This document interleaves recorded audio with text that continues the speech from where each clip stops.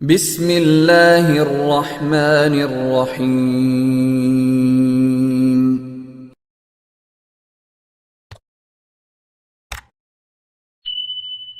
السلام علیکم ورحمۃ اللہ وبرکاتہ۔ الحمد للہ وکفی وسلام علی عبادہ الذین اصطفی، اما بعد۔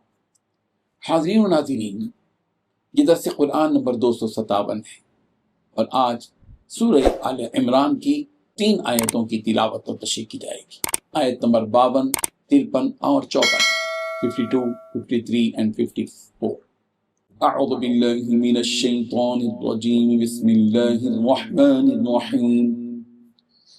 فلما احس عیسی منهم الكفر قال من انصاری الى اللہ قال الحواریون نحن انصار اللہ آمنا باللہ واشهد بأننا مسلمون ربنا آمنا بما أنزلت واتبعنا الرسول فاكتبنا مع الشاهدين ومكروا ومكر الله والله خير الماكرين صدق اللہ العظیم۔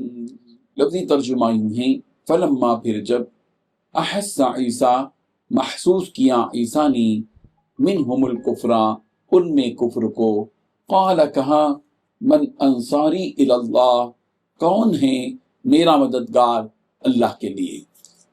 قال الحواریون حواریوں نے کہا، نحن انصار اللہ کہ ہم ہیں اللہ کے دین کے مددگار، آمنا باللہ ہم ایمان لائے اللہ پر، واشہد اور تو گواہ رہ، بأننا مسلمون اس بات کا کہ بے شک ہم فرما بردار ہیں۔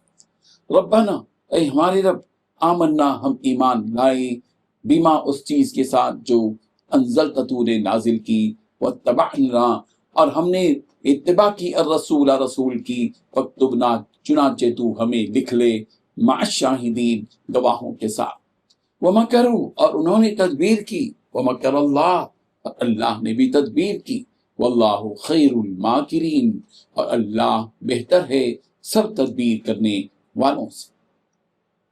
ترجمہ یوں ہے، پھر جب عیسیٰ نے محسوس کیا کہ وہ کفر پر آمادہ ہیں تو انہوں نے کہا، کون کون لوگ ہیں جو اللہ کی راہ میں میرے مددگار ہوں۔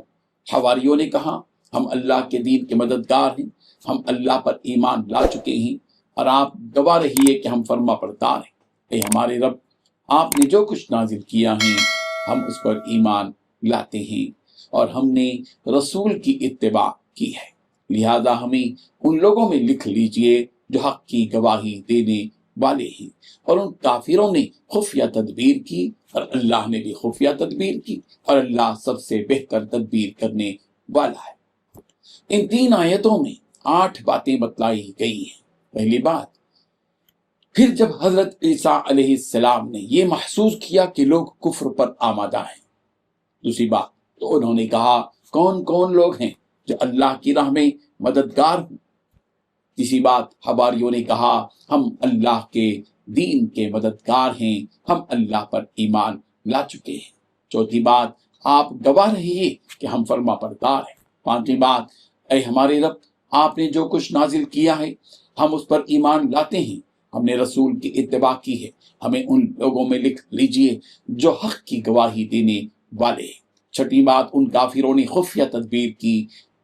ساتویں بات، اللہ نے بھی خفیہ تدبیر کی۔ آٹھویں بات، اللہ سب سے بہتر تدبیر کرنے والا ہے۔ بزرگان محترم، جب حضرت عیسیٰ علیہ السلام نے بنی اسرائیل کو اس بات کا حکم دیا کہ تم اللہ سے ڈرو اور میری بات مانو اور انجیل پر ایمان لاؤ، اور یہ بھی بتایا کہ میں اللہ کا رسول ہوں، تو بنی اسرائیل نے محض ہٹ ڈرنی اور ضد کی وجہ سے نافرمانی پر کمر باندھ لی اور حضرت عیسیٰ علیہ السلام کا مذاق اڑایا۔ جب حضرت عیسیٰ علیہ السلام کو اس بات کا احساس ہوا کہ یہ بنی اسرائیل ان پر ایمان نہیں لائیں گے اور انہیں اس بات کا خدشہ ہوا کہ وہ انہیں تکلیف بھی پہنچائیں گے، تو انہوں نے اپنی قوم سے پکار کر کہا کہ تم میں سے کون میرا مددگار ہوگا۔ جو لوگ حضرت عیسیٰ علیہ السلام پر ایمان لا چکے تھے اور ان پر فدا تھے، جو گنے چنے تھے، جن کو حواریین سے اس آیت میں یاد کیا گیا ہے، روایتوں میں آتا ہے کہ یہ 12 مخلص ترین افراد تھے جنہوں نے حضرت عیسیٰ علیہ السلام کی اس پکار کا جواب دیا کہ نحن انصار اللہ، ہم ہیں اللہ کے مددگار اور ہم دین کی حمایت کرنے والے ہیں، ہم اللہ ہی پر ایمان لاتے ہیں اور آپ گواہ رہیے کہ ہم مسلمان ہیں۔ چنانچہ ان حواریین نے حضرت عیسیٰ علیہ السلام کی حمایت اور مدد کی۔ ان حواریین نے اللہ تعالیٰ کو پکارا اور اپنے رب سے انہوں نے یہ کہا کہ ہمارے پروردگار، جو آپ نے اتارا ہم نے اس پر یقین کیا، ایمان لائے اور ہم نے رسول یعنی حضرت عیسیٰ کی اتباع کی، آپ ہمارا نام ماننے والوں میں لکھ دیجئے۔ حواریین جس جذبہ ایمانی کے ساتھ اللہ تعالیٰ سے دعا کی، اللہ تعالیٰ نے اس دعا کو قرآن میں محفوظ کر دیا۔ تیسری بات حضرت عیسیٰ علیہ السلام کے ان دشمنوں کے بارے میں بتلائی گئی جنہوں نے حضرت عیسیٰ علیہ السلام کو قتل کرنے کے لیے تدبیر کی، جو حضرت عیسیٰ علیہ السلام کے جانی دشمن بن گئے تھے۔ وہ حضرت عیسیٰ علیہ السلام کو سولی دینے کا ارادہ رکھتے تھے، چنانچہ انہوں نے سازش کی اور اس وقت کے بادشاہ کے کان بھر دیے کہ یہ شخص لوگوں کو بہکاتا پھرتا ہے اور ملک میں بغاوت کر رہا ہے۔ چنانچہ بادشاہ نے اپنی فوج کو بھیجا کہ اسے گرفتار کر کے سخت سزا کے ساتھ پھانسی دے دو۔ فوج نے حضرت عیسیٰ علیہ السلام کو چاروں طرف سے گھیر لیا۔ اللہ تعالیٰ نے ان مکاروں کے ہاتھ سے حضرت عیسیٰ علیہ السلام کو بچا لیا اور حضرت عیسیٰ علیہ السلام کو اپنی قدرت سے آسمان کی طرف اٹھا لیا اور حضرت عیسیٰ علیہ السلام کی شباہت ایک اور شخص پر ڈال دی۔ لوگوں نے اسی کو عیسیٰ سمجھا اور اس کو سولی پر لٹکا دیا اور سمجھ گئے کہ انہوں نے حضرت عیسیٰ علیہ السلام کو سولی پر لٹکا دیا، جبکہ حقیقت یہ ہے کہ اللہ تعالیٰ نے ان کو آسمانوں پر اٹھا لیا۔ وَمَكَرُوا وَمَكَرَ اللَّهُ وَاللَّهُ خَيْرُ الْمَاكِرِينَ، اور کافروں نے مکر کیا، اللہ تعالیٰ نے بھی، اور اللہ تعالیٰ سارے مکر کرنے والوں سے بہتر ہے۔ بزرگان محترم اس حقیقت کو ذہن میں رکھیں کہ اللہ تعالیٰ کے دین کے مقابلے میں جو مکر کرتا ہے اس کا مکر اسی کی طرف لوٹ کر آتا ہے۔ سورہ انعام کی آیت نمبر 123 میں یہ حقیقت بتلائی گئی، وَكَذَلِكَ جَعَلْنَا فِي كُلِّ قَرْيَةٍ أَكَابِرَ مُجْرِمِيهَا لِيَمْكُرُوا فِيهَا وَمَا يَمْكُرُونَ إِلَّا بِأَنفُسِهِمْ، اسی طرح ہم نے ہر بستی میں ان کے سرغنوں کو ڈھیل دی کہ اس میں اپنی چال چلیں، اور چال وہ اپنے ہی ساتھ چلتے تھے۔ سورہ آراف کی آیت نمبر 99 میں یوں ہے، أَفَأَمِنُوا مَكْرَ اللَّهِ فَلَا يَأْمَنُ مَكْرَ اللَّهِ إِلَّا الْقَوْمُ الْخَاسِرُونَ، تو کیا وہ اللہ کی تدبیر سے بچ سکے؟ اللہ کی تدبیر سے وہی لوگ بے فکر ہو بیٹھتے ہیں جو آخرکار نقصان اٹھانے والے ہوتے ہیں۔ اللہ تبارک و تعالیٰ ان آیات کو سمجھنے کی توفیق عطا فرمائے، آمین۔ وآخر دعوانا ان الحمد للہ رب العالمین۔